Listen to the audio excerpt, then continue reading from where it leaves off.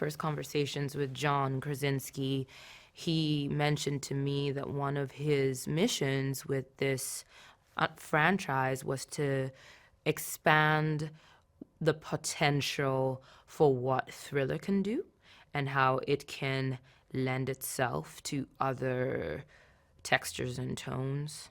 And I think what is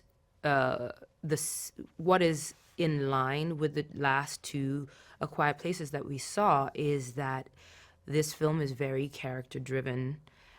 So yes, there are creatures and yes, there are scares, but the investment is really in the character. What is so brilliant about this concept of A Quiet Place is that an audience is really forced to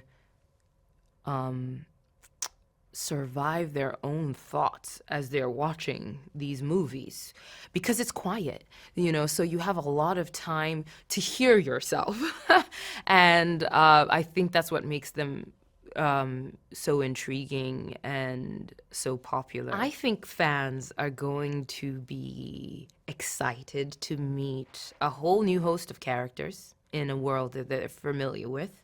I think that they're going to be enthralled by the love letter that this film is to New York City, a city that means a lot to the people who live in it, but also, I think, to the world, New York has a personality unto itself, and I think it's a reference point that a lot of people understand. I am really excited to join the Quiet Place franchise and universe.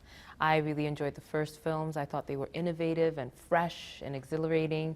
And now we get to tell a whole new story with Day One. So in A Quiet Place Day One, we have gone back to the beginning of what happened before the aliens invaded the Earth. And we meet Samira, who is on a day trip to New York when they arrive.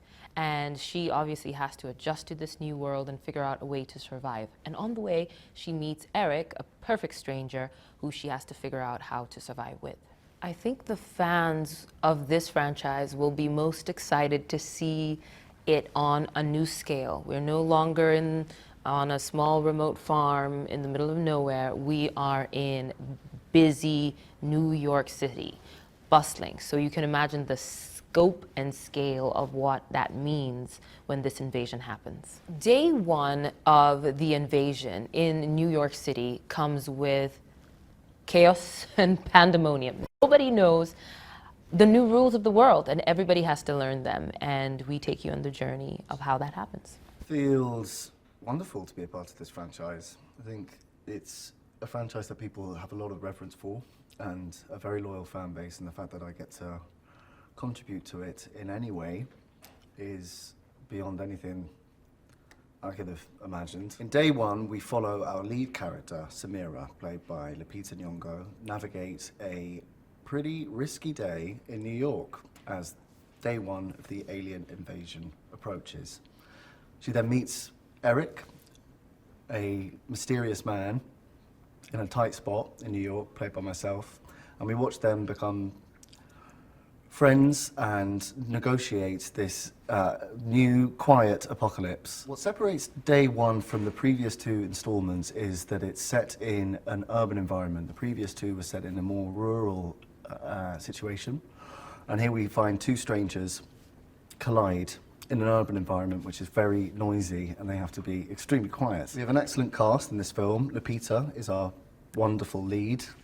She plays Samira brilliantly, and the prospect of working with her was something that I couldn't really believe or deny. Alex Wolff is in it. He'll be doing his thing in it, quietly. Djimon Hounsou brilliantly reprising his role. I think fans can be very excited to see a familiar franchise and a familiar world that they've grown to love in a very new setting with brand new characters, and it's even quieter than before. Could you believe it? Well, I am Djimon Hounsou, and I play Henri, the man of the island. This is Day One, explaining how these creatures came to Earth and the devastation that took place. Well, it's a completely different perspective, a different environment, a different setting, and this one is so much more devastating to witness. Of course, we all know what New York is like on a daily basis, 24/7, and here to witness how a city so vibrant and so full of people gets shut down and gets completely overwhelmed by this type of creatures. Day one, I mean, we've never been faced with such a dramatic and horrifying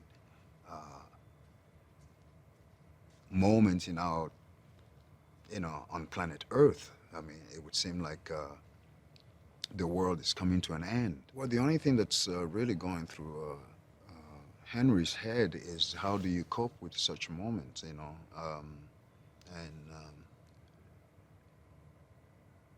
how do you protect your family? In the first one, we're still very much in the discovery moment, trying, realizing what's happening and having to cope with the present situation and how to navigate that. How do you navigate? Can you walk without making noise and still manage to survive? How can you, one, protect their family in that sort of, in this moment in time?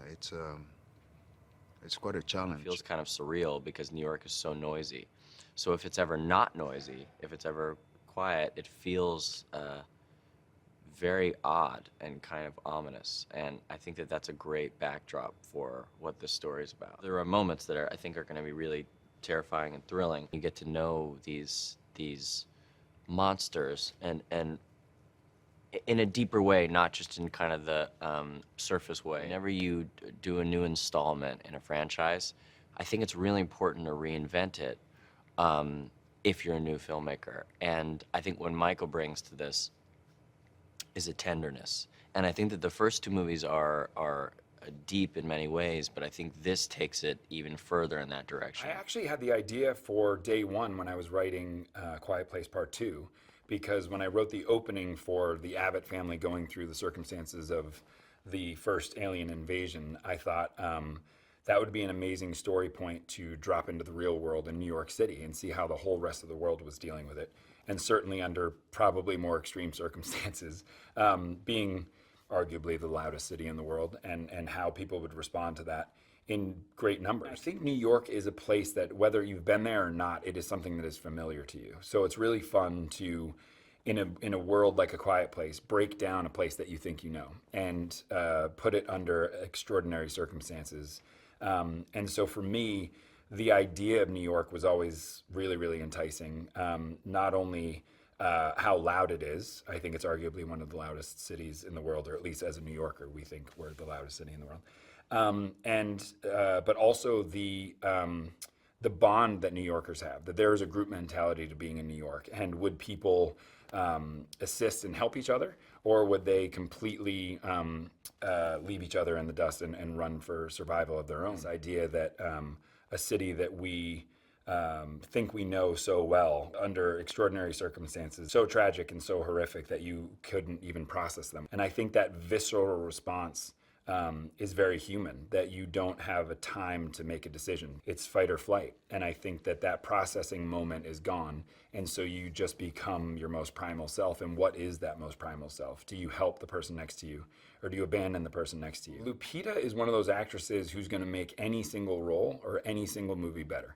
Period, the end. And I think that it's because of her specificity. I think she's a very, very powerful actress, a very powerful presence. She's able to communicate such deep emotion in such a unique way, and it's just such a joy to watch. And what she did with this was not only incredibly difficult physically, but it was also incredibly difficult mentally. You know, to put yourself in that position, to be terrorized for what we did in Quiet Place 2 for about 12 minutes, she had to do for the entire movie. And she did it so brilliantly and so elegantly. We were so lucky to get Joe to do this movie because I think everyone's offering him every movie on the planet right now. And I just thought he's so technically sound and so talented. And then in this movie, yet again, it's that idea of it's very difficult to play the worst day of your life and not let it feel too big or too melodramatic. And the way to do that is to be extremely talented and be able to walk a razor's edge, which is, I believe, what he played so well, which is that fight or flight thing, which is there are moments where you can see the overwhelming nature of the day hit him, and then the specifics of the tiniest thing, which is this friendship with Lupita that is burgeoning right here in front of our eyes. He gets to play the specifics of how much that means to him. So all those colors and variations he played so well, and so that to me is the two of them are the heartbeat of the movie. Djimon was actually the key that I knew would connect the two worlds. I knew that his story at the fire is where I came up with the idea for the prequel, that story that he told was so incredibly intense and so dark, and you found yourself just wanting to know what was that experience like, and it all happened behind his eyes. He was just telling a story to Killian, and I just thought, what if we actually experienced his story firsthand? But you didn't know it was his story. You start going through it with the whole city, and then you will meet Djimon in day one, and that'll be the link to the two stories. I've been a fan of Alex's for a long time. He makes the movie so much better because he immediately grounds you in this human way, and you just believe immediately the circumstances of the day unraveling kind of happen through Reuben's eyes. I love Alex as an actor, and I just loved watching him in this. I'm Michael Sarnoski. I'm the writer-director of Quiet Place Day One. Initially with New York, I feel like we've seen a lot of kind of New York destruction, New York invasion movies, so I thought it would be fun to play in that sandbox. New York disaster films are like a genre in and of themselves, so it was fun to kind of find a little niche in that. And then naturally, you know, New York is an extremely loud place, so we spend the first 25 minutes of the movie kind of in New York as it is, and it's loud and noisy and there's so much life, and then being able to switch over into the kind of quiet version, the introspective version, is going to be really fun because you will know what you have lost in that process. The main thing was just being very focused on her point of view, and so the scares came naturally through that. I tried hard not to like force anything into that. It was just, okay, she's figuring out this world and she's exploring it, and as she figures it out, here are the things that would jump out at her and be upsetting or startling or terrorizing. That first Quiet Place movie was extremely memorable for everyone because it's easy to kind of say, oh, okay, like monsters that don't make a sound, or that don't, like, you can't make a sound around, like that's a cool idea, but it was watching how it was executed in a way where that was interwoven with like the form of the film so much. I mean, the sound design in that and how that plays with the main characters, and like it took sort of that concept and went beyond it and made it into such like a quality thing. It kind of elevated it and made it very character driven, and I think honestly that was the main thing, was these are movies about characters. It's a movie about a family in the first and second one, and in this one I just wanted it to be very character focused, and everything was kind of lensed through that. In a lot of ways in the other movies, the real heart of it is making sure that the character stories are playing. So I kind of wanted to make sure I was honoring that. She brought so much emotion to the character scenes, like the scenes of the dialogue scenes and the scenes where she had to portray so many things that were going on, from terror to sadness, and but then also like she was incredible at like physical performance stuff too. I mean, doing stunt work under the cars and things like that. She can both play very subtle emotional stuff and then just like go do a crazy action scene, which is impressive. I mean, I can't do any of those things. Joe, I mean, the big thing for him was he sent in an audition tape that had just all the kind of sensitivity and warmth and sadness, and he just had something about him that was both like, he's both kind of boyish yet also wise beyond his years, and that was really important for Eric. He's got a lot going on. He's kind of traumatized in his own way, but then he also has this kind of wisdom and deep kindness to him, and Joe just kind of has a lot of that very authentically, and he's just been incredible to work with. I mean, he's so young in his career, but he's so talented and so on point with everything he does, and you know, he's just one of those actors that you can say like, I just needed a little more of this, and he's like, yep, I know exactly what you mean. I got it, and then he's got it. Like he's really wonderful to lean on. I mean, Alex Wolff, I loved working with him on my last movie, Pig. I knew I would love working with him on this. I did. He's incredibly committed. I mean, he will bleed for a role. He studied so much to become Reuben, and was just so willing to go for it. Reuben was incredible to work with. He was another. I mean, he's just a classic actor in the sense of can bring it, like he knows how to turn it on, turn it off, make it happen. I don't know, he was a joy to work with. I was so lucky to get to work with him. He was wonderful. He can bring so much intensity, but then is still just like the warmest, sweetest person. I mean, he's incredible. He's an incredible talent. I think New York is a central character in this movie. I think everyone in the movie has their own specific relationship to the city. I think the movie plays off of the audience's relationship to the city. I mean, even initially in thinking about this movie, it was about, okay, there are so many movies about New York, especially New York invasion and destruction movies. That's become kind of an iconic cultural thing. There is very much this sense of everyone has their own vision of what New York is. It's kind of relying on the fact that the audience has their own idea of what New York is, and then presenting this sort of specific version that is lensed through Sam's character.